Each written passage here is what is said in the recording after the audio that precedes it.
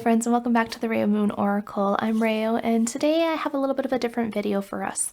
I wanted to do another video journal. I was kind of feeling the inspiration for it. I'd found a journal I'd wrote many years ago, and I had posted it to my website, but I kind of wanted to talk it out a little bit more, kind of express the feelings behind it, because maybe there's people out there that resonate with this feeling that I had.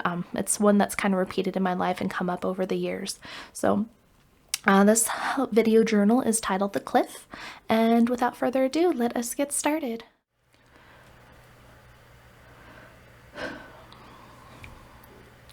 I'm on the edge of a cliff. This is where my path has brought me. The path leads right up to and goes over the edge of this cliff. This is not a surprise to me. I knew we were headed this way, and I kept climbing higher and higher anyway. But now I'm faced with a choice. Go off this precipice or turn back. I can't go back. I don't want to go back. I've come so far and worked so hard and done so much to get here. But I question if this is really the next step. I look over the ledge. It's high, like really high. I look what seems to be the ground way below. I think I see it, but I can't be sure. It might be the ocean. It might be a shorter mountain. It might be nothing. I might just fall forever. I can't get a clear picture because of the fog and clouds covering what is below. I stand on this ledge for a long time, not going back, but not taking the leap either. I sit on the ledge and look out as far as I can see. It's a beautiful view, not a bad one to sit with. Sit and contemplate and work on building up the courage and the mental fortitude to do what I know I need to do. What I've already decided I'm going to do. I know what the next step is, but it's the after that I don't know. The next step after the jump is completely unknown. It can be anything. I don't know if I want to jump, so I think maybe I can climb my way down. It'll be a long, hard process, but it's possible, right? And if I climb down, I can still continue my path forward this way.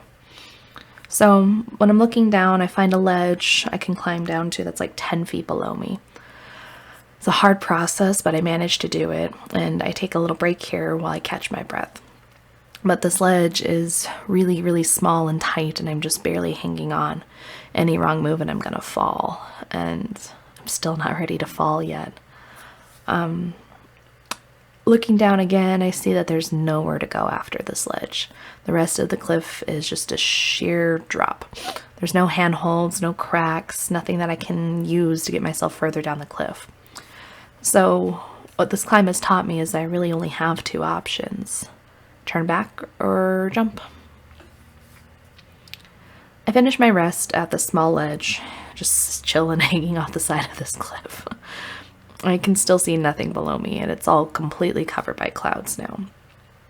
So I climb back up to the top of the cliff, because at least here I have the space to think, and I don't think I'm going to fall at any moment, any wrong move, right?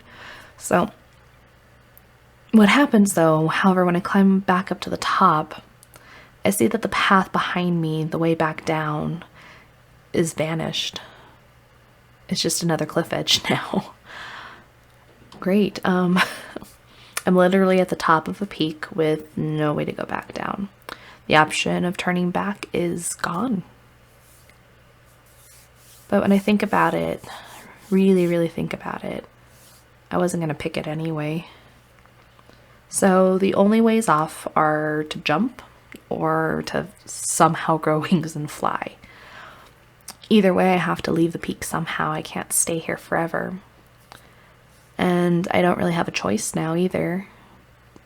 The only way forward is off. The top of this cliff, this peak, it's large enough to stay for a bit. Like I can lay down and rest and contemplate life and not have a risk of falling, at least if I'm paying attention for the most part. So the thing is, it's like I don't want to accidentally fall off. That takes away the importance of the choice. But I know I can't stay here forever, and I don't want to either. But the fear takes over and I'm really, really scared to jump. Like really, really scared.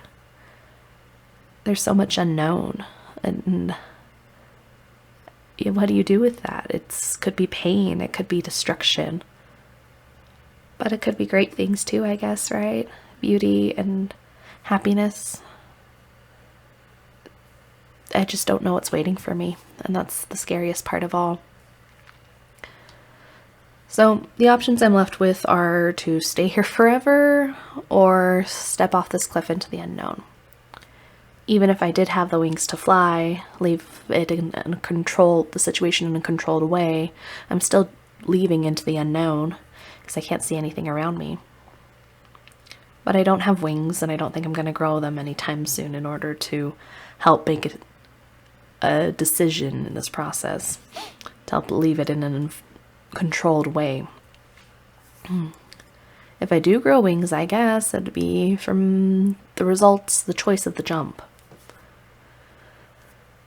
So here I am on this ledge, on this edge of a cliff, the precipice of the unknown. I know I'm not going to grow wings anytime soon. So I don't have control. I don't have a choice.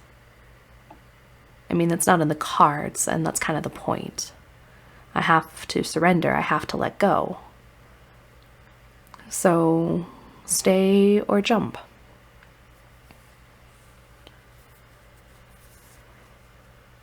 And in the end, if I really think about it, if I'm the person who I'm supposed to be, if I didn't make this journey for nothing, if my life means anything at all, then there's really only one choice. And I knew this all along. I knew where my path was taking me and what the choice was going to be in the end. I had many, many chances to turn back, but I didn't. My choices led me here, and I made all those choices fully informed. And now I live with the reality of that choice. So when I talk about not having a choice, it's because it was made a long time ago. So I look over the edge again, knowing I'm not going to see anything to inform me of what is below. It's just all clouds still. Beautiful clouds, but doesn't reveal anything. I shed a few tears because I'm still really scared. I run through all the possibilities in my head again, look around and see if anything's changed while I wasn't paying attention.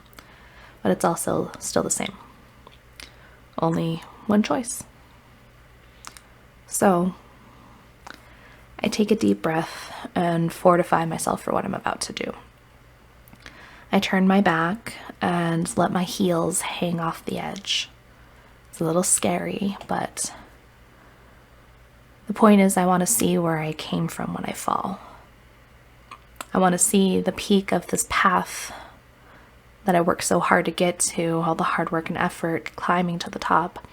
I want to see that peak before it disappears into the clouds that are those same clouds that are hiding what is below and what's to come. And then when I'm in the air, I'll turn around and see what's coming at me after that peak disappears. I'll look at where I came from, turn around, put it behind me, and look at what's coming at me. Embracing the choice I made and seeing where it takes me. Embracing this path and really, really surrendering to it finally. I'm on the edge. The last bit of control I have to make the only choice I have. The choice to surrender and let go. So I say goodbye to the old. I take a long, deep breath.